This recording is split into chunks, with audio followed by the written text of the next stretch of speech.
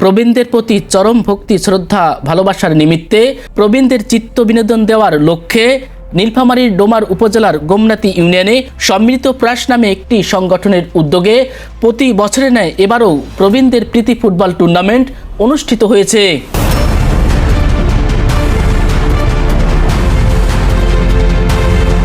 গত 18 জানুয়ারি শনিবার গোমনাতি উচ্চ বিদ্যালয় মাঠে অনুষ্ঠিত প্রীতি ফুটবল টুর্নামেন্টে মুখোমুখি হয় বামুনিয়া ইউনিয়ন প্রবীণ ফুটবল একাদশ বনাম গোমনাতি ইউনিয়ন প্রবীণ ফুটবল একাদশ।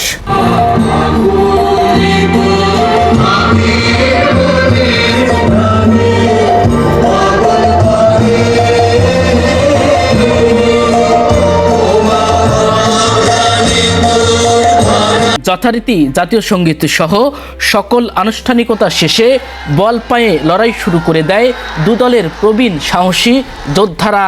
রেফারির বাঁশি বেজে ওঠার সাথে সাথে আক্রমণ আর পাল্টা আক্রমণ চালিয়েও খেলার প্রথম অর্ধে দু দলেই গোল দিতে ব্যর্থ হয়। খেলার অর্ধবিরতির পর গোল দেওয়ার শপথ নিয়ে পুনরায় নবীন বেশে লড়াইয়ে ঝাঁপিয়ে পড়ে দু দলের সাহসী প্রবীণ দল। এদিন টান টান উত্তেজনা ও হাড্ডাহাড্ডি লড়াইয়ে খেলার শেষ প্রান্তে এসে নাটকীয়ভাবে একটি গোল দিয়ে জয়ের মালা ছিনিয়ে নেয় গোমনাতি ইউনিয়ন প্রবীণ ফুটবল একাদশ।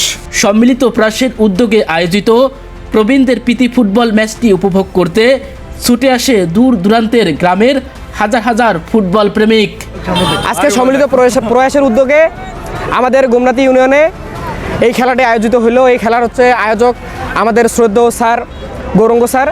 দর্শক উপস্থিত হওয়ার আজকের খেলাটি আমরা অনেক সুন্দরভাবে উপভোগ করছি। 50-এর ঊর্ধ্বে আজকে যে তুমুল একটা খেলা চলছে, কানায় কানায় দর্শক। আমরা চাচ্ছি আগামী দিনে একটা ভালো টুর্নামেন্ট হোক এবং আমরা এই মাঠে আবার প্রাণ ফিরে পাই, এই আশাবাদ ব্যক্ত রেখে আমার বক্তব্য শেষ করতে।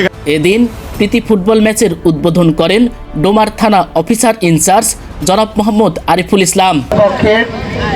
খেলোয়াড়দের প্রতি আমার বিনীতভাবে অনুরোধ থাকবে, আপনারা সবাই আমার থেকে বয়সেও বড়, আমরা কেউ জীবন মরণ দিয়ে খেলবো না। 50 বছর বয়সে হাড্ডি যদি ভেঙে যায় তাহলে সেটা জোড়া লাগে না, এটা মুরব্বীরা বলে থাকে। তো আমরা অবশ্যই সেদিকটায় খেয়াল রাখবো এবং মাঠের যে খেলার পরিবেশ এটা অবশ্যই বজায় রাখবো। প্রধান অতিথি হিসেবে উপস্থিত ছিলেন নীলফামারী জেলা জিয়া পরিষদের আহ্বায়ক ও জেলা বিএনপির সহসভাপতি অধ্যাপক আবু সাদেক চৌধুরী লুলু।